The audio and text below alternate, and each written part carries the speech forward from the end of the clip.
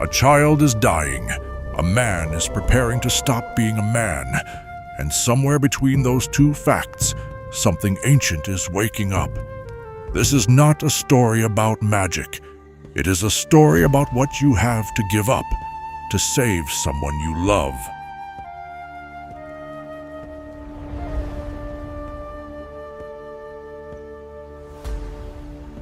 The waking world was only one floor of a vast and teetering house. The people of this village understood the way a child understands warmth before she learns the word for fire. That every creature in the forest was not merely an animal. The jaguar who moved like spilled ink through the understory was also a person. And to the jaguar, it was the humans who were the fumbling visitors. Yuruparí was the village's shaman, its diplomat, its wound dresser, its ear pressed against the wall between the living and the dead. His face bore the deliberate silence of someone who had walked too far into the dark to be startled by ordinary shadows. He had a boundary between man and forest, he once told a child. Is not a wall, it is a river. And rivers, if you know them, can be crossed. The child had been burning for 9 days. When roots and river clay proved useless, the elders came to Yuruparí's hut and stood in the doorway without speaking. Because nothing needed to be said. 9 days. The kind of silence that comes before a village stops hoping and starts grieving. He prepared himself as dusk thickened. First came the mapacho, the great dark ceremonial tobacco. Not a pleasure, a weapon, a tool for demolishing the architecture of the ordinary mind. He drew it in long and deliberate pulls, until the smoke became a resident inside him, until his heartbeat slowed to the pace of something patient and ancient. Then the chanting began, a sound that did not so much enter the ears as dismantle them.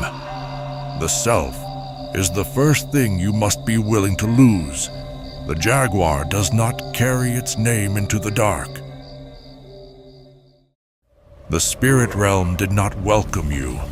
It struck, it confused, it tested the quality of your purpose before it parted for you.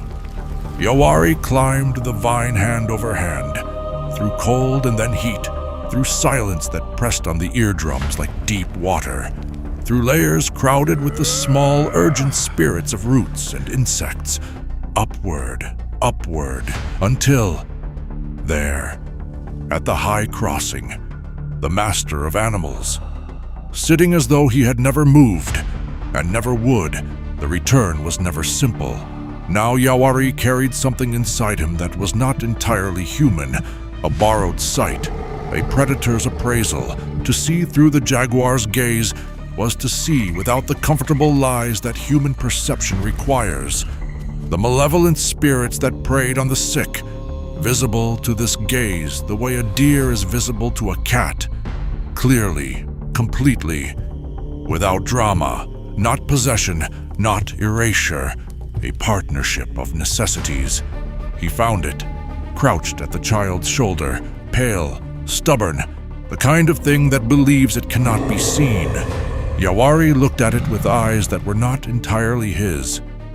The spirit understood immediately that it had miscalculated. It did not resist long. By morning, the child's fever had broken. She lay sweating and bewildered and entirely alive, asking for water, and then for manioc cake. And the fisher's wife wept in the doorway in the particular way that people weep, when something they had stopped expecting returns to them. Yuruparí sat by the river alone until the sun had fully committed to the sky. The jaguar sight faded slowly, the way strong light fades from closed eyes. What remained was not a memory of the spirit world. It was an acquired humility, the understanding that the human vantage point was not the only one, that the forest was not a backdrop for human story, but a story of its own, vaster, older, in which the village was a single, very recent sentence.